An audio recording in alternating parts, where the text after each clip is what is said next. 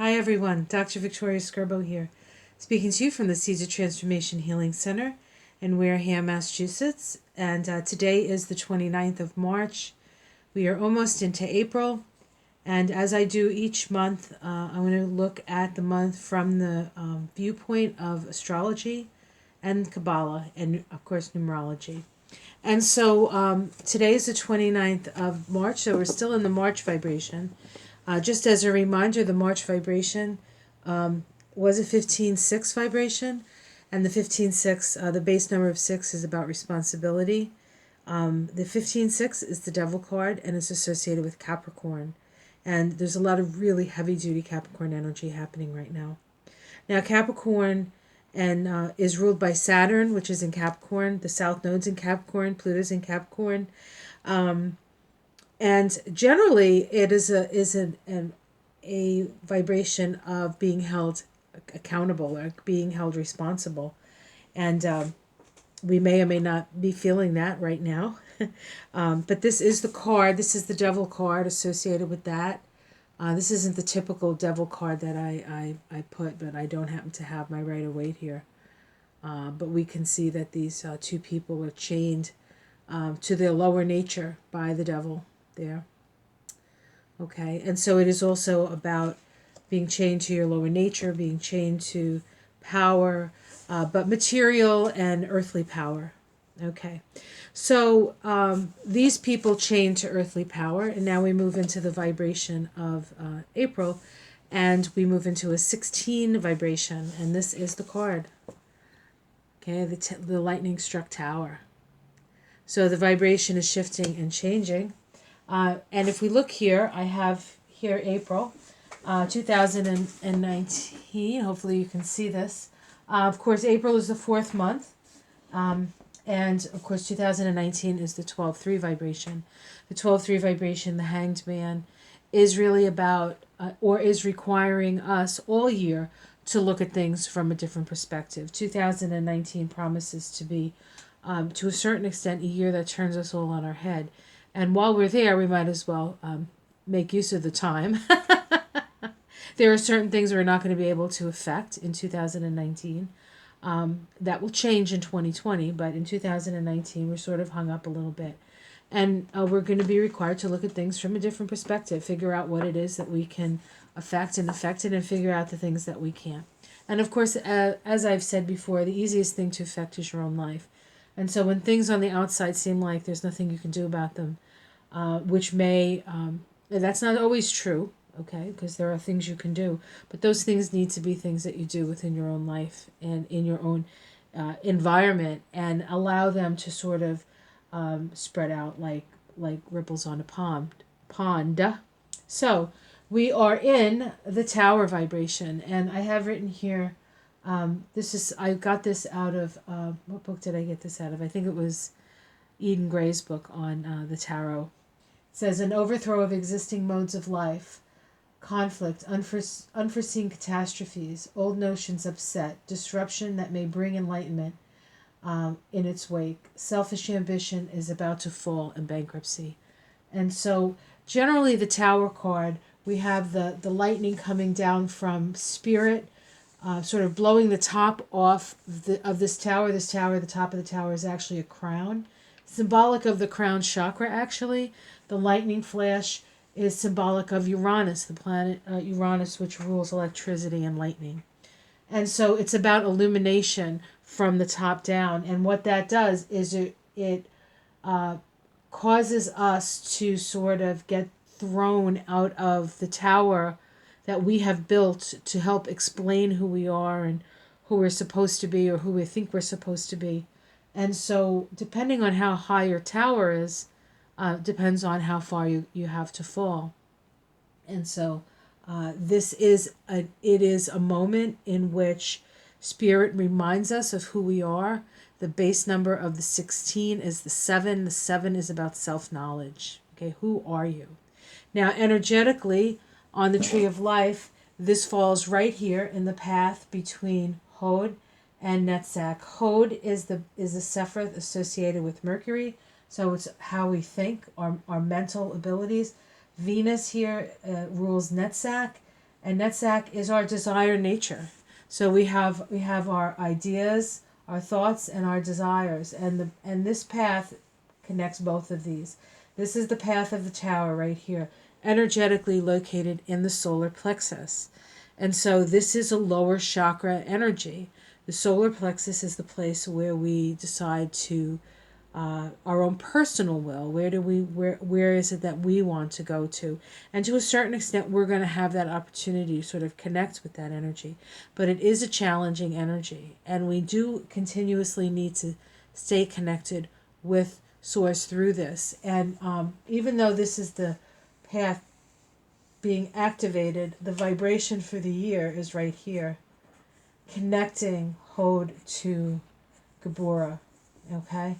Gabor is associated with Mars.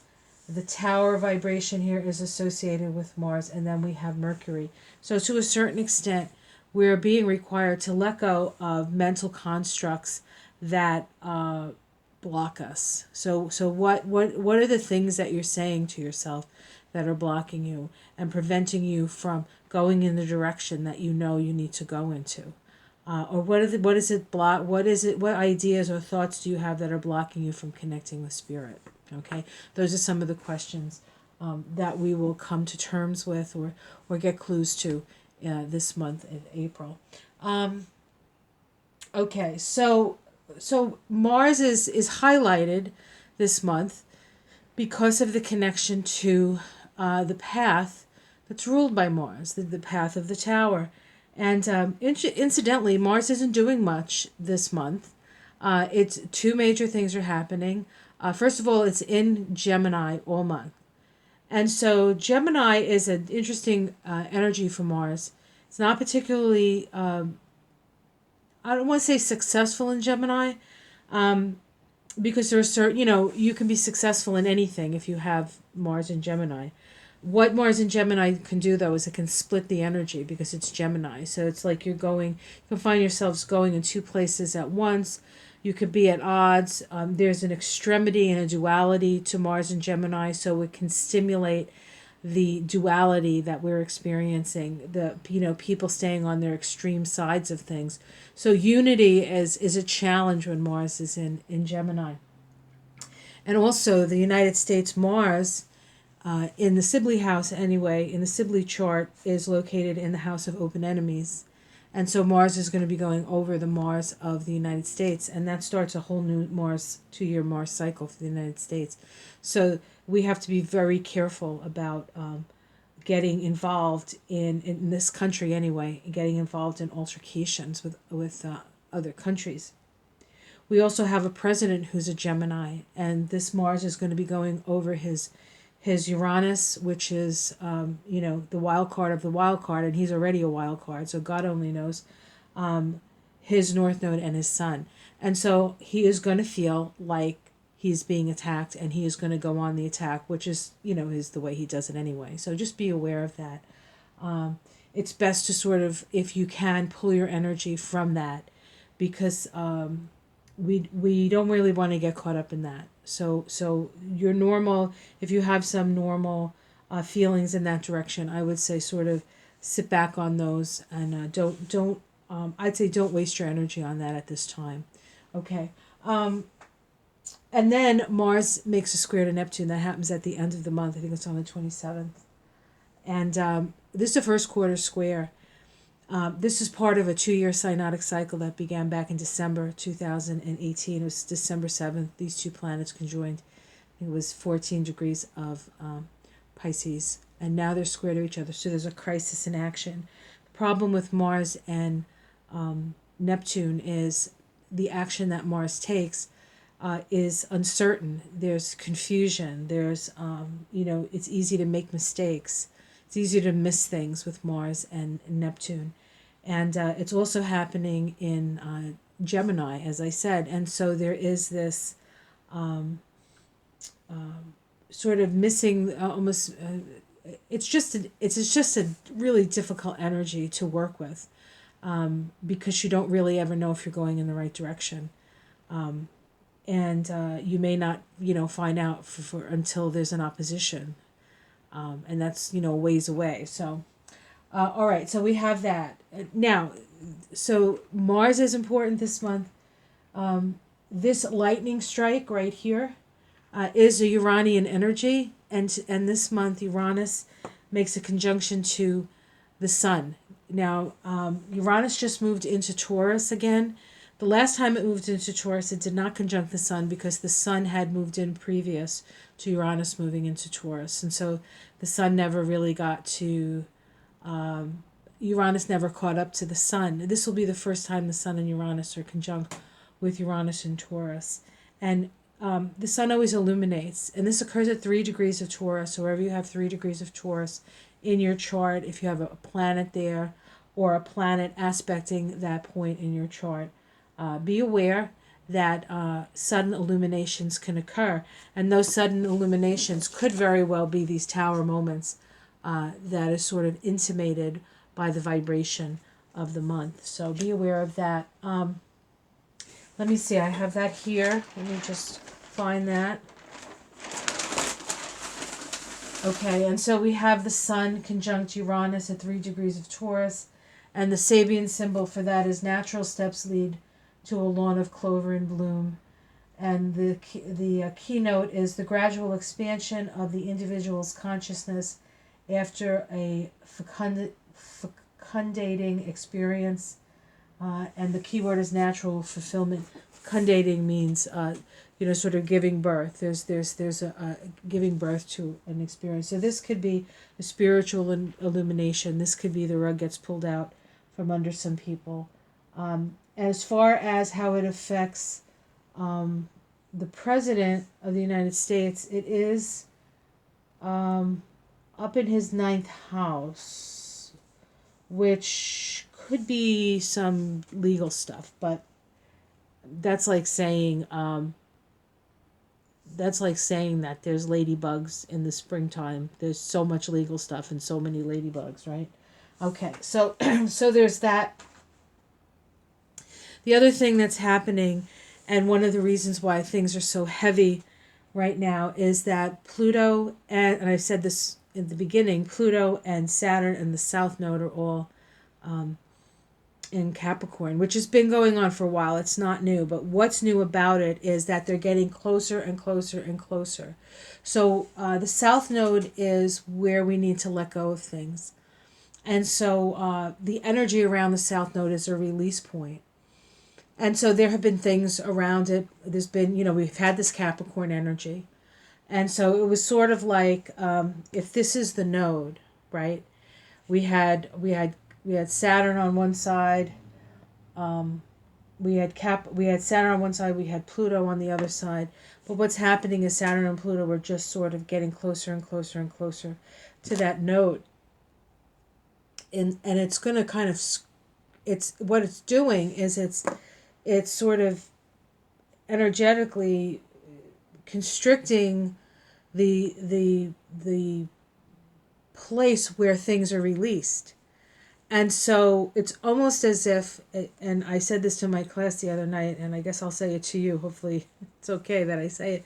It's almost like an energetic constipation, but when it does go, it's just gonna, that kind of stuff. So the poop's gonna fly, we'll say, okay? So there are, on the 2nd of April, actually, is it the 2nd? Hold on one second. On the 2nd. Sorry, the 3rd of April, April 3rd, Pluto actually makes a conjunction to the South Node of the Moon. Saturn will eventually make 3 conjunctions to the South Node of the Moon. One of them occurs on July 4th. So that will be interesting. We'll talk about that when we get there. But for sure, this is a real testing time for the American people. And I don't mean to just talk about America, because places like Canada are Cancer countries, and place like England is a Capricorn country. And I'm sure there are other countries feeling this, but it's this.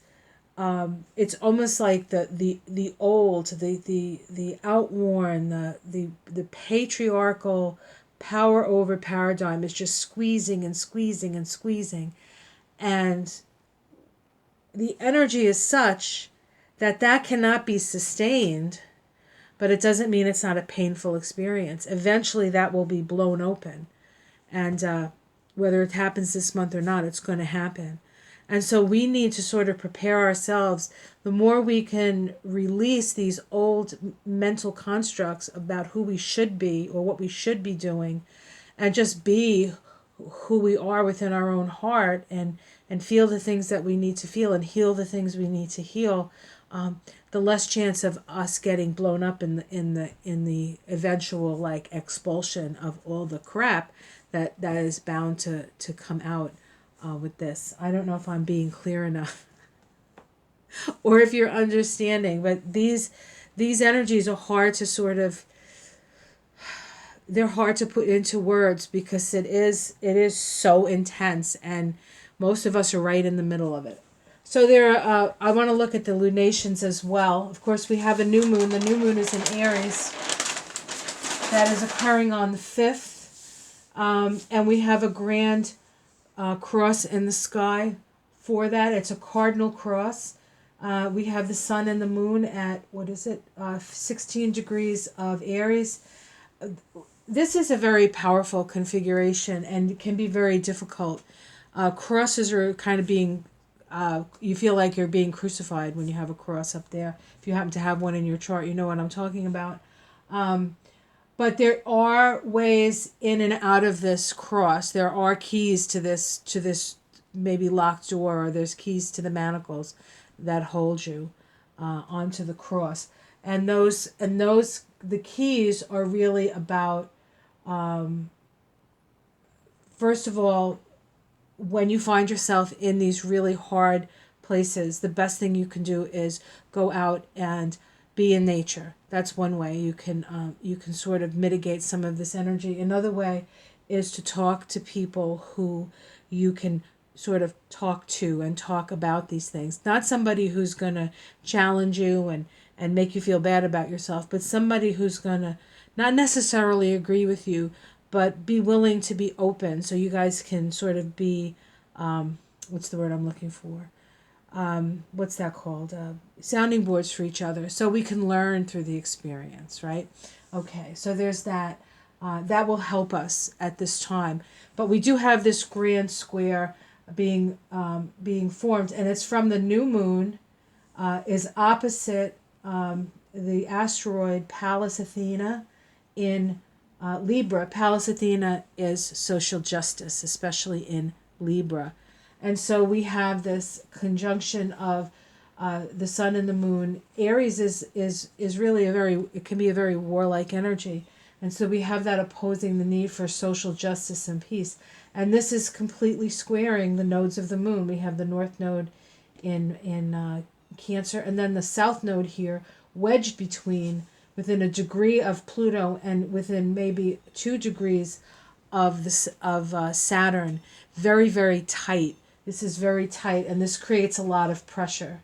And so you have to be very aware. One of the other ways that you can mitigate some of this pressure is through meditation, through art, through doing the things that you love, through doing service to others with a compassionate heart. All of this, when we're in this kind of stress, if you can do something good to help people, or to just make yourself feel better, through giving, whether you may not have the money to give, but if you have the time, just to make the world a more beautiful place. That's what we need to do, because these people in power aren't going to do any of that. They're just going to try to hold on to power. And we can vote and we can organize and we can do all that, and that's very important, but we also need to do those things that bring joy and love and happiness into the world. We need to do that as well. So we have to live our lives. The North Node is in Cancer. We have to live our lives. We have to be with our children. We have to be with our parents. We have to be with the people, and then deal with all the issues that come up from the family, because a lot of our issues sort of come from that place. And so it's not just about being in your emotions and being in that Cancer place, but that Cancer place is not necessarily always pleasant. But we have to be willing to go there if we want to heal. Because if you don't know what the problem is, and you don't know how to let it go, if you don't know what the problem is, how are you going to let it go? So you have to feel the feelings. You have to, I'm telling you, this is not, I don't have to tell you. You know what kind of time we're in, right? Okay, so we have that. So this is the new moon. And then we also have the full moon, which occurs, where is this? Is this the full moon? We have the full moon on the 12th, and we still have the square. And it's even, no, this is not the full moon. This is the first quarter moon, actually. The first quarter moon is very powerful as well because the moon is conjunct the north node of the moon. And so we have this configuration where the sun and the moon were in Aries before. Now the sun is in Aries and the moon is in Cancer, and it creates. So the new moon, the first quarter moon to the full moon are going to be very tense times. Here we go. Here's the full moon. We have the full moon in Libra. It's at the last degree of Libra. The moon's at 29, 8 minutes of Libra. The sun, 29, 8 minutes of Aries. Conjunct Uranus. Uranus is only at 219, so it's conjunct Uranus. And we have the square here. So this is another possibility for that sort of explosion or that push of energy. And then just a couple of days later, the sun goes into Taurus on the 20th, and then the 22nd, the sun conjuncts Uranus. So the beginning, what we're feeling now at the end of March is going to continue into April, and we're probably not going to start to feel a shift or change till at least into the third week of April. And one of the reasons for that is that on April 17th, you can't see that, but I'll tell you, on April 17th, Mercury moves into Aries and moves out of the shadow of its retrograde. And so we may also start to see things coming up that were hidden when Mercury was retrograde, when Mercury was conjunct Neptune, i.e. the Mueller report. So we can expect things to start to heat up around that as well. But one of the things I want to mention about this card is this scary, scary card that you see is that we have the lightning flash, blows up the tower, the people are falling from the tower. But if you see all these little, these are called yods, and yods are, they're little downloads. It's gift from spirit. And so even if it seems like something is being taken away, there's always something better to fill it in. And that is an illumination and a realization that we are connected to something greater than ourselves. And if we can hook into that, if we can remember that through this process, we can mitigate some of the damage, but we can also, we can mitigate the damage through co-creation. So we also, a couple of other things. Jupiter goes retrograde this month at 25 degrees of Jupiter. Sagittarius ruled by Jupiter. That's why I said that. Pluto goes retrograde and Saturn goes retrograde. As Pluto and Saturn go retrograde, those in charge start to their grasp on power starts to fade a little as it goes retrograde.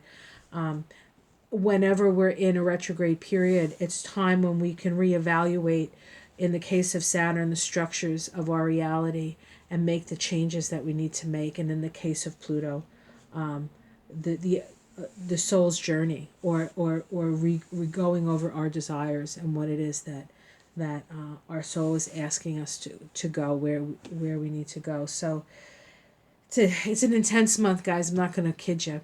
Stay connected. Love one another, be kind to each other, do something good for the planet, do something good for other people.